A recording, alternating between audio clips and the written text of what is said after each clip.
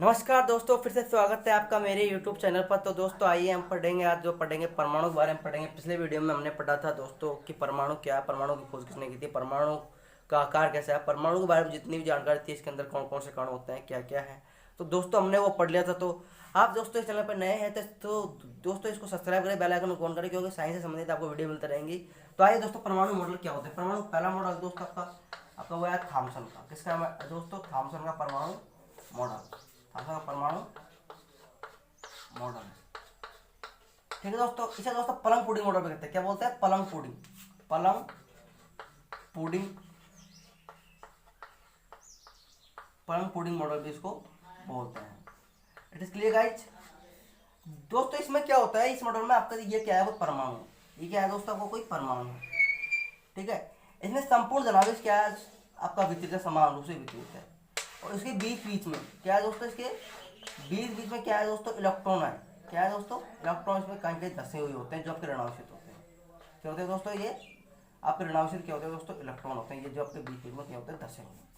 तो दोस्तों इसने क्या बताया कि परमाणु मात्र 10 की घात 10 मीटर का, -10 मीटर का क्या है, एक ठोस गोला है, जिसमें दोस्तों धनावेश क्या होता है? समान रूप से वितरित होता है, और उसके अंदर इलेक्ट्रॉन, ऋणावेशित इलेक्ट्रॉन धसे हुए होते हैं। इलेक्ट्रॉन जैसे तो दोस्तों इसकी तुलना इसने पलंग पुडिंग से की। किससे की दोस्तों? पलंग पुडिंग से इसकी क्या कर दी? तुलना कर दी पलंग पुडिंग से। इसकी इसकी तुलना पलंग पुडिंग से कर दी। इसको हम पलंग पुडिंग मॉडल भी कहते हैं। इसे हम पलंग पुडिंग मॉडल भी दोस्तों कहते हैं। और दोस्तों इसे हम तरबूज मॉडल भी कहते हैं। क्या बोलते हैं? तरबूज मॉडल भी बोलते हैं। आपने सबसे तरबूज तो खाया होगा, क्योंकि जब तरबूज आता है तो सबको आह क्या मजा आता है, क्योंकि उसको खाने का कुछ इंटरेस्ट ही, मजा ही कुछ अलग है तरबूज का। और खासकर तो आपके गाँव में वो तो बहुत बढ़िया, मतलब इतना अच्छा लगता है कि बहुत अच्छा। क्योंकि उसमें आपको मतलब आप देखते हो कि ऐसा होता है, तरबूज गोला होगा, बिल्कुल गोल होता है। तो उसमें जो आपका बीच का जो लाल खाने योग्य भाग है, लाल जो आपका खाने योग्य भाग होता है, तो दोस्तों वो तो आपको होता है धनावेश। क्या होता है दोस्तों? धनावेश। ठीक है, धनावेश होता है। और जो उसके अंदर क्या होता है दोस्तों? बीज होते हैं। वो आपके बीज होते हैं, वो होते हैं आपके इलेक्ट्रॉन, यानी कि वो आपके ऋणावेश क्या होते हैं दोस्तों? इलेक्ट्रॉन होते हैं। It is clear guys. ये तो आपका लाल है, मतलब लाल जो खाने योग्य भाग है ये है। और इसके अंदर जो बीज अंदर जो आपके धसे हुए हैं, वो आपके क्या ऋणावेश क्या है दोस्तों? इलेक्ट्रॉन है। इट इज क्लियर गाइस, शायद समझ में आया होगा। आगे चलते हैं। तो दोस्तों नोट लगा के एक बात बता रहा हूँ कि परमाणु में आपके जो इलेक्ट्रॉन है, मतलब क्या ऋणावेश और आपका धनावेश समान रूप से वितरित होता है, इसलिए ये क्या परमाणु क्या है? उदासीन है। क्या है दोस्तों? ये उदासीन है। विद्युत रूप से परमाणु क्या है दोस्तों? उदासीन है। It is clear guys. आगे चलते हैं। अगला मॉडल आपका जॉर्ज डाल्टन का। किसका मॉडल है? जॉर्ज डाल्टन का परमाणु मॉडल देखिएगा दोस्तों। चलते हैं, अब चलते रहिए बस आराम से, कोई दिक्कत नहीं है। जॉर्ज डाल्टन का परमाणु मॉडल। जॉर्ज डाल्टन का परमाणु मॉडल देखिए दोस्तों, इसमें क्या होता है? परमाणु मॉडल ये दोस्तों कब दिया गया था? ये दिया गया था आपका 1808 में। 1808 में दिया गया था। ये किस नियमों पर आधारित था? तो दोस्तों ये था आपका रासायनिक नियमों से, जो आपका रासायनिक संयोजन के नियम है ना, उन पर क्या था? ये आधारित था। रासायनिक संयोजन के नियमों पर क्या था? ये आधारित था। ये नियम दोस्तों दो होते हैं, एक होता है आपका द्रव्यमान संरक्षण का, और एक होता है आपका स्थिर अनुपात का। तो दोस्तों ये नियम आपके लेवासी ने दिए थे, जो केमिस्ट्री का क्या है दोस्तों? जनक है। क्या है दोस्तों? जनक है। तो इसमें अगले अगले क्या बताया है कि कोई भी रासायनिक अभिक्रिया में, कोई भी केमिकल रिएक्शन में ना तो परमाणु का क्या होता है? सृजन होता है, मतलब ना तो वो उत्पन्न होता है, और ना ही वो आपका नष्ट होता है। ना तो वो उसका उत्पन्न हो सकता है, मतलब कि आप देखते हो कोई भी रासायनिक अभिक्रिया, कोई भी केमिकल रिएक्शन, उसमें ना तो परमाणु क्या है? उत्पन्न हो रहा है, और ना ही वो क्या हो रहा है? नष्ट हो रहा है। ठीक है, तो ये आपको होगा द्रव्यमान संरक्षण का नियम का, मतलब ना तो उत्पन्न और ना ही दोस्तों वो नष्ट, मतलब द्रव्यमान संरक्षण का नियम होगा। अगला दोस्तों क्या है कि आपके जो परमाणु होते हैं ना, आपके जो परमाणु एक स्थिर अनुपात में जुड़ करके, एक स्थिर अनुपात में जुड़ करके आपके यौगिक का निर्माण करते हैं। किसका निर्माण करते हैं? यौगिक का निर्माण करते हैं। इसलिए भाई आपका यौगिक का निर्माण करते हैं। और दोस्तों एक बात और कि एक तत्व के अंदर परमाणु क्या होते हैं? समान होते हैं, लेकिन अलग अलग तत्वों के अंदर परमाणु क्या होते हैं? अलग अलग होते हैं। It is clear guys. अब देखते हैं दोस्तों इसकी कमियां क्या थी दोस्तों? इसकी इसकी मॉडल की। तो दोस्तों परमाणु का मतलब जॉन डॉल्टन ने बताया कि परमाणु क्या है आपका एक अविभाज्य कण है। क्या है दोस्तों? एक अविभाज्य कण है। तो ये बात उसकी क्या थी?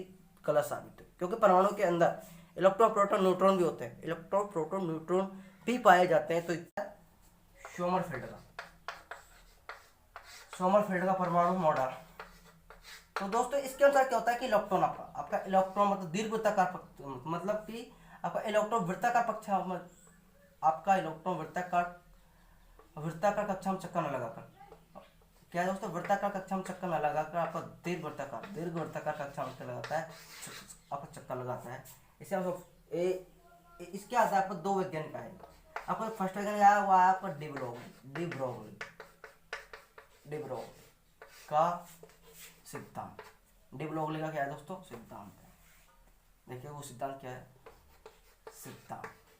डिब्रोग सिद्धांत। तो दोस्तों इस सिद्धांत के अनुसार आपका जो इलेक्ट्रॉन है, क्या है दोस्तों? इलेक्ट्रॉन की आपकी द्वैत प्रकृति होती है। कैसे होती है? द्वैत प्रकृति। द्वैत का मतलब कि क्या दो प्रकार की। तो एक तो होती है आपकी वो होती है तरंग की, और एक होती है आपकी कण की। क्या होती है? तरंग की और कण की प्रकृति पाई जाती है, यानी द्वैत प्रकृति पाई जाती है। ठीक है। अब जब इलेक्ट्रॉन आपका तरंग के रूप में व्यवहार करता है तो वो आपको विवर्तन घटना को दर्शाता है। किस विवर्तन को दर्शाता है दोस्तों? विवर्तन घटना को। अब दोस्तों विवर्तन क्या होता है? जैसे कि ये कोई क्या है आपका कोई भी दीवार, कोई भी, तो इससे क्या है कि तरंगे ऐसे मुड़ जाएंगी और ऐसे मुड़ जाएंगी। तो इसे बोलते हैं हम बोलते हैं विवर्तन। क्या बोलते हैं दोस्तों? इसे बोलते हैं विवर्तन। कि मतलब कोई भी तरंग का मतलब किनारों से मुड़ना क्या है? उसका विवर्तन है। अब ठीक है दोस्तों, तो आपके मतलब ध्वनि तरंग होती है। आपकी जो ध्वनि तरंगें होती हैं वो आपकी विवर्तन घटना पर क्या होते हैं? आधारित होती हैं। ठीक है। अब आपका इलेक्ट्रॉन की मतलब विवर्तन घटना को दर्शाना, आपका इलेक्ट्रॉन के जो कि विवर्तन की मतलब घटना है उसको दर्शाना क्या है? उसका तरंग प्रकृति का क्या है दोस्तों? गुण है। क्या है? तरंग प्रकृति का क्या है दोस्तों? गुण है। ठीक है दोस्तों ये इलेक्ट्रॉन की मतलब तरंग धैर्य मतलब क्या होते हैं? तरंग धैर्य होती है। ठीक है, ये होते हैं तरंग धैर्य। तो ये होते हैं कि लैम्डा बराबर एच अपॉन एम। अब दोस्तों एम ई होता है आपको होता है पी बराबर एम, यानी पी क्या है दोस्तों? संवेग है। तो हम इसे लिख सकते हैं लैम्डा बराबर एच अपॉन पी, इसको हम लिख सकते हैं। It is clear guys? शायद ही आपको समझ में आ रहा हो।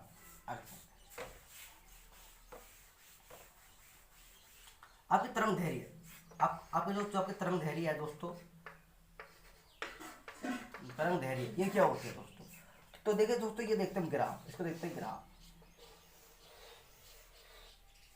ये आपके क्या है दोस्तों? स्रंग। क्या है? स्रंग। और ये क्या है आपका? तो दोस्तों मतलब दो स्रंग मतलब ये स्रंग और आपके दो गर्त मतलब ये गर्त, इनके बीच की दूरी को हम बोलते हैं तरंग धैर्य। मतलब दो स्रंग व दो गर्तों के बीच की दूरी को क्या बोलते हैं? हम बोलते हैं तरंग धैर्य। It is clear guys? आगे अगला जो सिद्धांत है वो आपका हाइजेनबर्ग की अनिश्चितता सिद्धांत। हाइजेनबर्ग की अनिश्चितता का सिद्धांत। हाइजेनबर्ग की अनिश्चितता का सिद्धांत। ये क्या होता है दोस्तों? इसके अनुसार क्या होता है कि आप इलेक्ट्रॉन के मतलब इसके अनुसार इलेक्ट्रॉन का एक साथ आप न संवेग का अध्ययन कर सकते हैं, न संवेग और न टाइम, इनका अध्ययन आप एक साथ नहीं कर सकते। मतलब कि ये आपको क्या बोलता है कि इस नियम के अनुसार आप संवेग और टाइम का एक साथ अध्ययन नहीं कर सकते, इसे बोलते हैं हम हाइजेनबर्ग की अनिश्चितता का सिद्धांत। तो दोस्तों ये क्या होता है? ये होता है आपका डेल एक्स डेल पी बराबर होता है एच अपॉन 4 पाई। क्या होता है? डेल एक्स डेल पी बराबर एच अपॉन 4 पाई। अब दोस्तों डेल एक्स होता है आपका विस्थापन। क्या होता है? विस्थापन। और आपका डेल पी होता है संवेग। तो ठीक है दोस्तों, आज के लिए इतना ही। Okay guys.